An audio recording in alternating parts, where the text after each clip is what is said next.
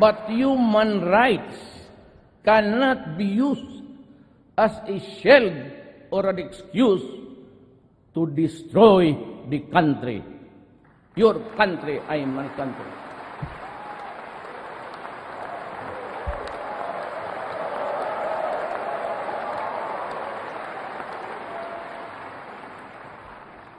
Meantime, since our country continues to be confronted with internal security threats aggravated by the existence and activities of the terrorist group Abu Sayyaf, the full force of the AAP will be applied to crush these criminals who operate under the guise of religious fervor.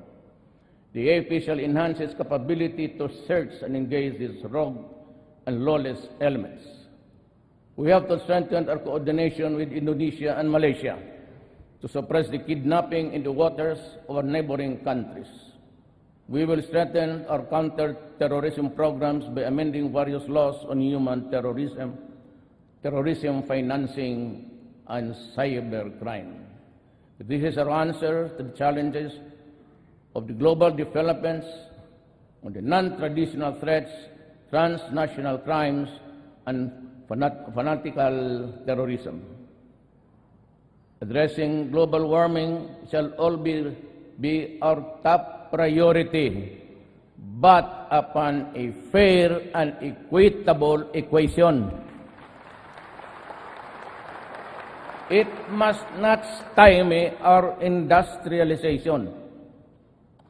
We also endeavor to develop and corporate partnership with nations sharing common interests and concerns with the Philippines, maintain and sustain bilateral and multilateral consultations and dialogues.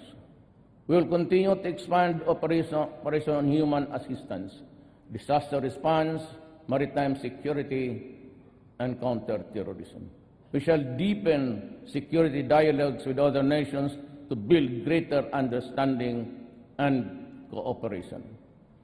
With regard to the West Philippine Sea, otherwise known as China Sea, we strongly affirm and respect the outcome of the case before the Permanent Court of Arbitration as an important contribution to the ongoing efforts to pursue a peaceful resolution and management of our disputes.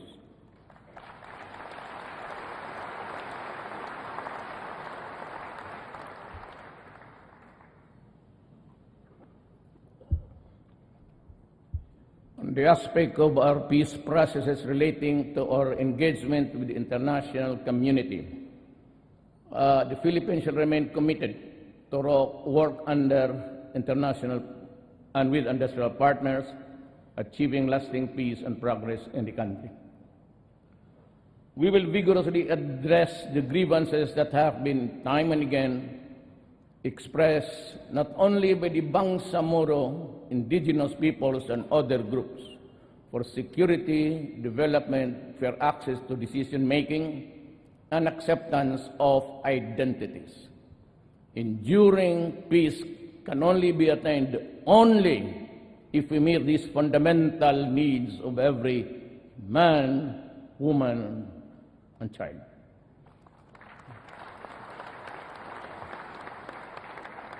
To our Muslim brothers, the Moro country, and the members of the CPP, NPA, NDF, let me say this. All of us want peace. Not the peace of the dead, but the peace of the living. We express our willingness and readiness to go to the negotiating table. And yet, we load our guns, fix our sights, pull the trigger. It is both ironic and tragic, and it is endless. While we extol the bravery and heroism of our soldiers, Kayo, the rebels, do the same for your members and fighters. What I see instead are the widows and the orphans, and I feel their pain and grief, and no amount of cash assistance or the number of medals can compensate the loss of a human life.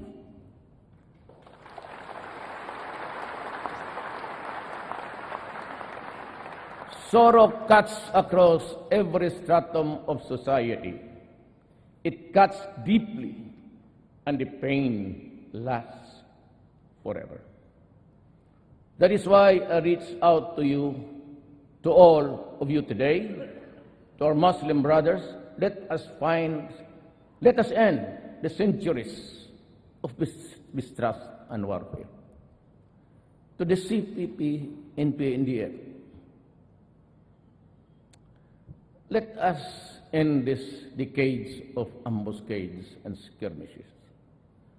We are going nowhere, and it is getting bloodier by the day. To immediately stop violence on the ground, restore peace in the communities, and provide enabling environment conducive to the resumption of the peace talks, I am now announcing a unilateral ceasefire with the CPP, NPA, NDF, effective immediately, and call on our Filipinos in the National Democratic Front and its forces to respond accordingly. Let me make this appeal to you. If we cannot as yet love one another, then in God's name, let us not hate each other too much. So it was said,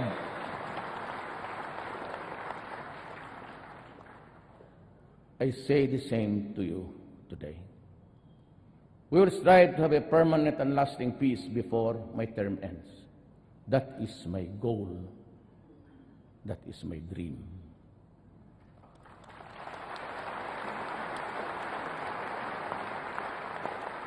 On the macroeconomic management, my administration will continue and maintain current macroeconomic policies and even do better.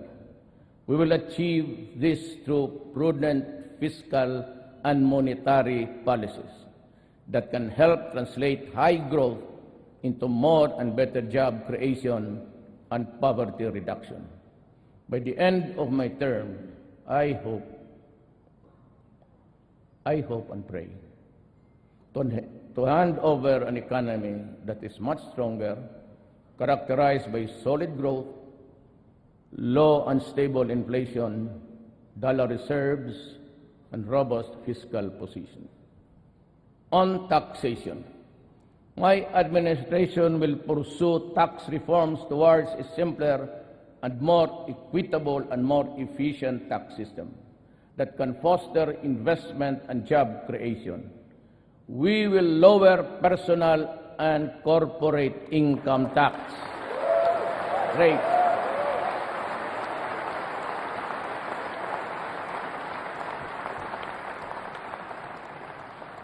and relax the bank secrecy law.